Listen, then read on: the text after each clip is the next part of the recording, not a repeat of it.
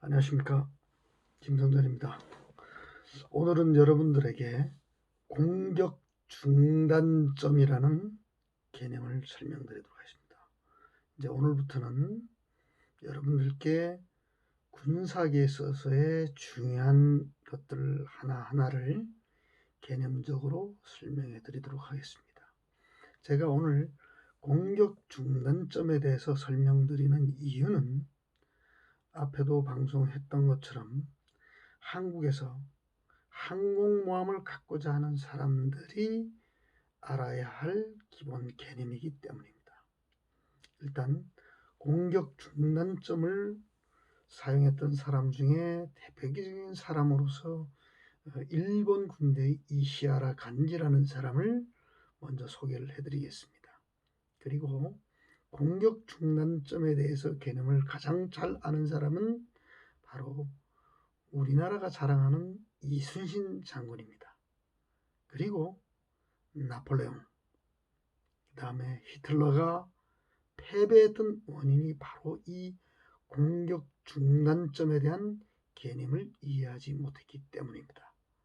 그래서 오늘은 제가 항상 강조하지만 친일파 군인들에게 알기 쉽게 설명해 주기 위해서 이시하라 간지를 통해 설명을 드리도록 하겠습니다. 이시하라 간지는 일본 육군사관학교 출신입니다. 그리고 이시하라 간지는 머리가 굉장히 비상하고 천재라고 알려져 있습니다. 그리고 육군대학을 다닐 때 1등으로 원래는 수료하게 되어 있는데 지금 두 가지 설이 있습니다. 하나는 당시에 육군대학을 수석 졸업을 하게 되면 천황과 만나는 기회가 있는데 천황이 앞에서 헛소리를 할까봐 2등을 주었다는 설이 하나가 있고, 또 다른 설은 본인이 그 수석을 거부했다는 설이 있습니다. 뭐 어찌되었든 간에 일단 그 이시하라 간지는 우리 한국 역사에 있어서도 매우 중요한 역할을 합니다. 조선이 그 일본으로 침탈되기 전에 바로 이시하라 간지가 중요한 역할을 하죠. 그것은 바로 만주사변을 일으켰던 장본인입니다. 그리고 이시하라 간지는 매우 우수한 사람이었기 때문에 독일에서 군사교육을 받고 일본으로 돌아왔죠. 이러한 에리트 군인이 우선 만주사변을 일으킨 것에 대해서 말씀을 드리겠습니다. 만주사변에서 철도 폭파 사건 유명하죠. 그것은 일본이 조작했는데 그것은 바로 만주에 대한 지배권을 획득하기 위한 이시하라 간지의 하나의 계책이었죠. 그래서 상부, 특히 당시의 일본 군부는 쉽게 말해서 더 이상 러시아와 중국과의 대립을 원하지 않았습니다. 그런데 이시하라 간지는 좀 생각이 달랐죠. 어디까지나 그 이시하라 간지가 생각한 것은 이제 제국주의 시대에서 그 일본의 역할, 또 소위 백색 인종들이 아시아를 지배해서는 안 된다는 이제 생각을 가지고 있었는데, 그로 말미암아 그는 이제 그 만주사변을 계획하기 위해서 일단 그 상부의 지시를 거부합니다. 거부하면서 소위 그 철도 폭파 사건을 조작을 하고 거기에 이제 병력을 투입을 하는데, 그 당시의 병력은 조선에 주둔하는 일본군을 이제 만주로 끌어들여야 되는 것입니다. 그런데 이 이시하라 간지는 워낙 뛰어난 군인이었기 때문에 이미 물밑 작업을 통해서 일본 군부와 조선에 주둔하는 그 조선 주둔 일본 군대와 다 짜고 만주사변을 일으키자마자 바로 병력을 조선에 있는 군대를 빼서 가져갑니다. 그렇게 되니까 이제 반대적으로 조선에 일본 군대가 없으니까 이제 일본에서는 다시 병력을 파견해주는 형태로 만주사변을 일으키죠. 근데 이제 여기서 중요한 것은 뭐냐면 이시하라 간지는 중요한 것은 일본이 소위 2차 세계대전에서 태평양 전쟁, 미국과의 싸움, 또 중일전쟁을 일으키는 것에 가장 반대했다는 것입니다. 그러다 보니까 사실 이시하라 간지는 더 이상 싸워서 안 된다고 할 때 내세운 것이 바로 공격 중단점입니다. 근데 당시에 일본 군부의 소위 후배들이 그 이시하라 간지에 반발을 합니다. 왜 반발을 하느냐? 자신은 상부의 지시를 어기고 만주사변을 일으켰고 만주국을 세우는데 역할을 했으면서 자신은 소위 상부에서 새로운 전쟁, 근데 석유를 사실 확보하겠다는 이제 목적하에 전쟁을 일으킨 거죠. 거기에 대해서 반대합니다. 근데 여기에서 이제 제가 이시하라 간지를 설명을 드리면 박정희가 가장 좋아했던 장군이라는 것과 그 다음에 이 사람은 군복을 벗습니다. 그래서 실제로 태평양 전쟁 때는 자기가 역할을 하지 못하죠.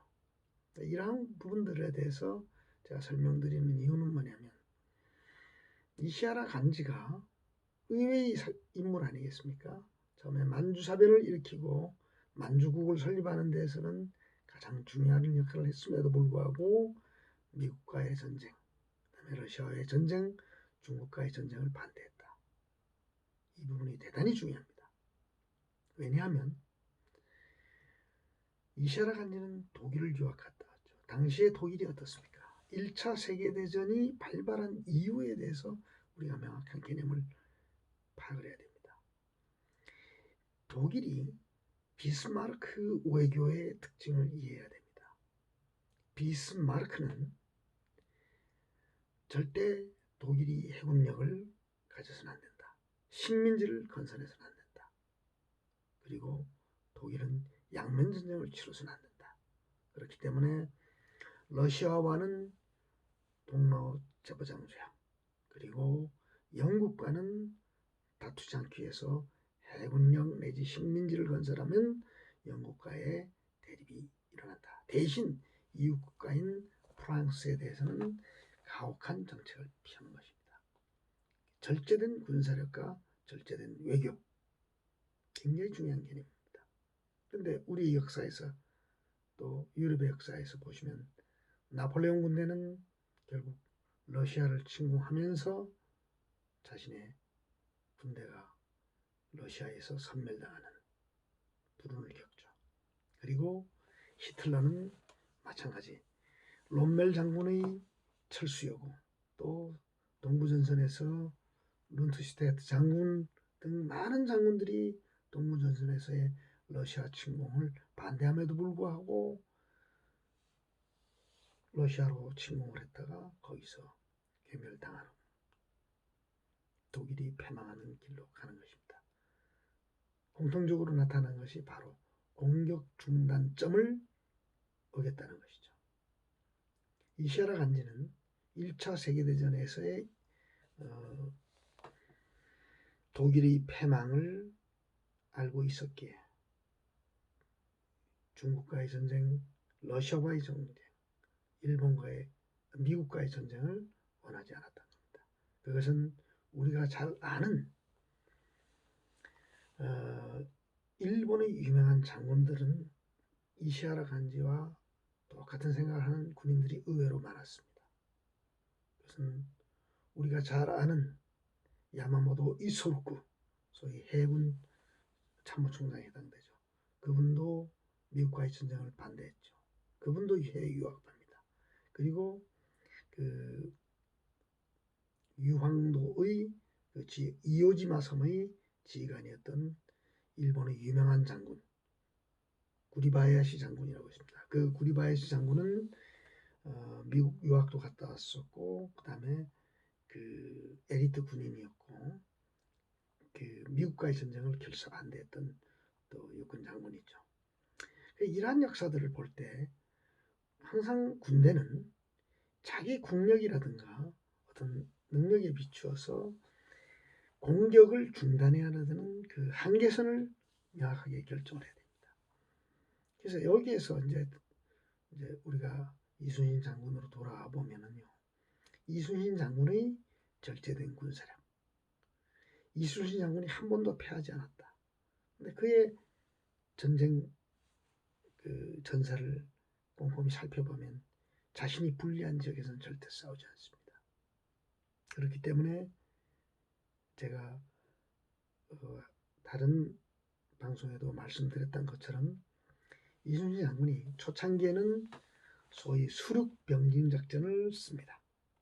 그것은 뭐냐면 일본 군대가 한국에 상륙을 하더라도 소위 한양을 공격을 하고 또 평양까지 선조가 도망을 가자 이제 그 도망가는 걸 따라가죠. 그러면서 다른데 그 병력을 분산시킬 수가 없었습니다. 그렇기 때문에 실질적으로 이순신 장군은 의병들과 조선 백성들의 도움으로 수륙병진 작전, 그러니까 이순신 장군은 단순하게 해전에서 승리한 분이 아닙니다. 수륙병진 작전을 이용해서 소위 조선 수군이 승리할 수 있는 여건에서 초창기에 싸웠죠. 그런데 진주선이 함락되고 일본들이 이제 역으로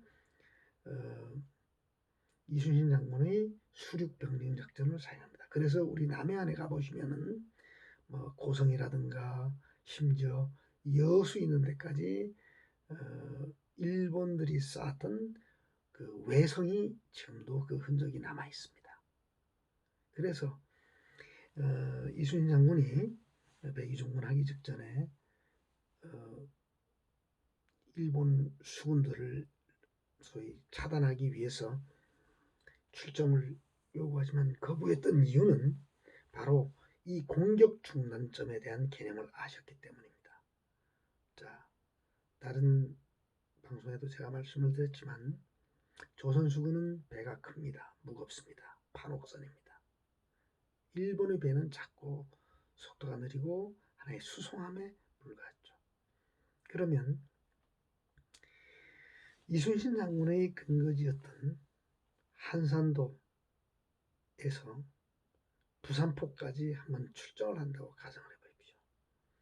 저는 싸구려 영화고 정말 잘못된 영화라고 생각하는 그 명량이라는 영화의 끝부분에 보면은 그 노젓는 노수가 말을 하죠.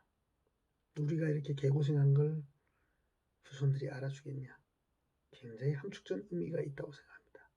자, 큰 배를 가지고 남해안의 리아스식 해안에서 만약에 노를 저어서 간다고 해석해 보십시오. 물론 때에 따라서 바람의 방향에 따라서 돛을 달고 오는 가겠지만은 전투에서의 가장 중요한 추력에 해당되는 노수들의 힘이 다 빠져 있는 겁니다.